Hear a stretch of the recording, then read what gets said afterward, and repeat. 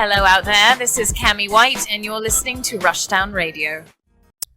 Hey guys, it's Anthony, and today I just want to talk about some good stuff that happened in 2020, because while 2020 was a awful year, I don't think that's very controversial, at least we got some good video games for the most part, and I want to talk about my 5 favorites. So today, that's what we're going to do. And we're going to start with Ghost of Tsushima. I really don't think I need to say a whole lot, but I'm about to, about why this game is great. Visually stunning, great action, great characters, save for a few, and just an overall great experience. Now, is the story something to write home about? The main storyline, not so much, not really. But the side stories, almost all of them are pretty good and show some of the best and worst of these characters. Like, some characters I just grew to love a lot more than the main character. We'll get to him in a second. Like Masako, the one who had her whole family kind of slaughtered. I like her. I understand her.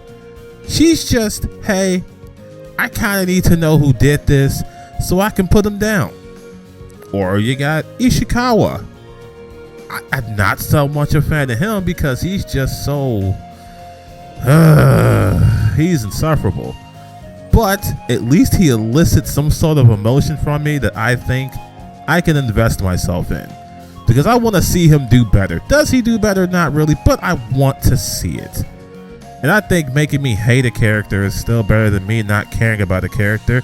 And that's where we start to talk about Jin and his struggle.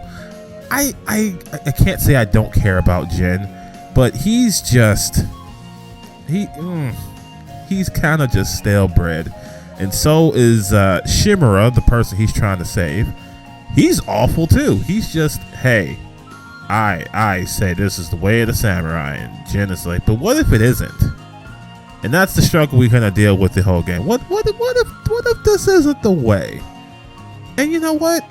That's a pretty good struggle. I wish they kind of just honed in on that and gave him more depth. But he's just kind of like, you know, it's fine. I guess I'll just integrate it into my samurai style. You know, whatever. But thankfully, everything else is so good that I can just not be too upset about that. Combat's amazing. The standoff feature is easily one of the best things about combat, where you walk up to a group of enemies and you pretty much said, hey, I'm here to fight. Who wants to fight? And whoever runs up just gets sliced. That's great. That's amazing.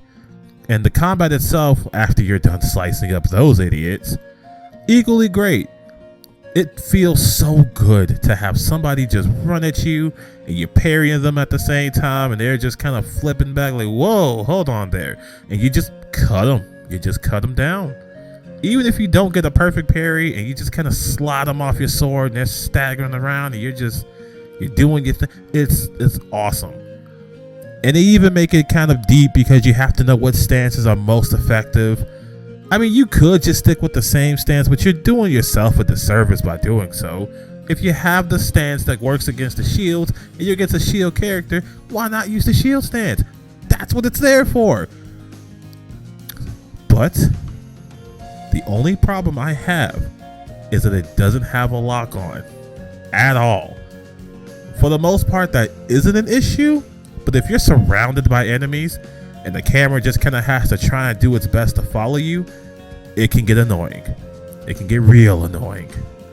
But for the most part, the game mitigates that issue from happening, and you pretty much don't have that issue that often. But this game is at its best as far as combat and those one-on-one boss battles. I love them. It's peak samurai aesthetic. It's so good. I could go on about why I love the battle system, but I also have to talk about the graphics. They're gorgeous. Just look at the game. I have the base PS4. I haven't upgraded to the Pro, and I still think the game looks gorgeous. It's just so... It's oddly colorful for games of its type. When you see some of these open world games, they're all just kind of drab and they're washed out. This game is vibrant. This game is colorful, and I really like it for that. One of my favorite areas is just a bunch of golden trees, always falling leaves. It's just such a sight. So if you haven't played Ghost of Tsushima, I highly suggest it. Please play that game. It deserves all of the praise it gets and then some. And you'll be doing yourself a favor.